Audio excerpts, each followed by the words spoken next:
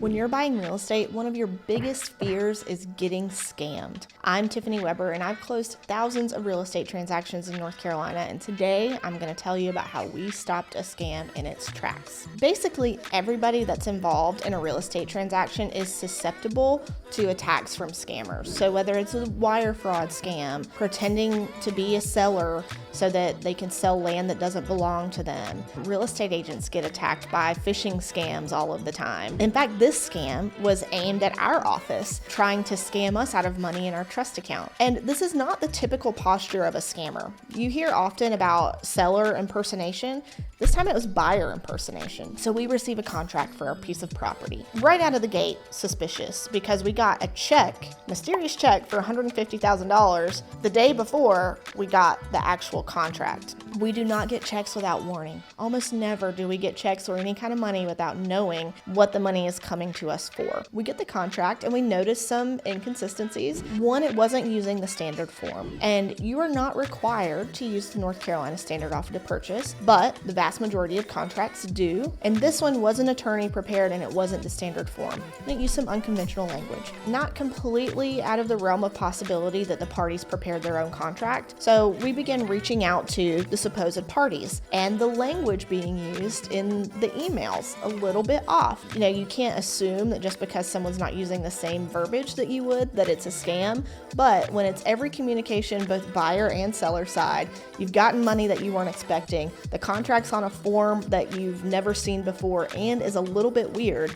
all of these things begin stacking up. So at this point in our minds, we have concluded that this is 95% likely a scam. We see that this property is listed and not listed as under contract. And sure enough, there is a listing agent. And this is where it can get a little bit tricky. The contract came in around the same time that the property became listed. You don't want to call that listing agent and, create strife between her and her client. Like, by the way, your client's trying to sell the property without you.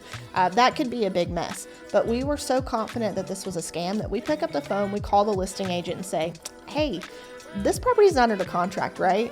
And she says, nope. And we explain, we've received an executed contract and a check that correspond to this property, and we don't believe it's under contract. And she says, it's absolutely not under contract. Let me call my seller to make sure that there's not some miscommunication between us. And the seller confirms, no, not under contract. We have not made any sort of attempts to deposit this check. We don't believe it's a real check. The account and routing numbers are either a few too many numbers or a few too little numbers. The word authorized is spelled two different ways on the check. And whenever there's a cashier's check involved, then we can call the bank and at least get their confirmation that they've issued that check. They don't have to give us any further information, and the bank confirmed they didn't issue that check. So all of this is happening within the span of about an hour. I'm glad because we were able to alert the seller, hey, someone is out there not only impersonating a buyer, but impersonating you as a seller. And you may be wondering, what do they get from trying to pretend to be a buyer? What they were banking on is that we would deposit their check and that the check would be showing as like pending in our account. And then they would come back to us and say, oh, I sent you too much money. Here's an amendment to the contract. We have reduced the earnest money from $150,000 to $30,000. Will you please wire me back the difference while the money is still pending in our account? But then their check never clears because it's not real. It's not a real bank account. It's not a real person. We have a policy in our office that until a check has cleared our account, then we don't release funds back because of scams like this. And it's something that not just attorneys have to be aware of, real estate agents have to be aware of this too if their firms ever hold earnest money. They're trying to get at the trust accounts.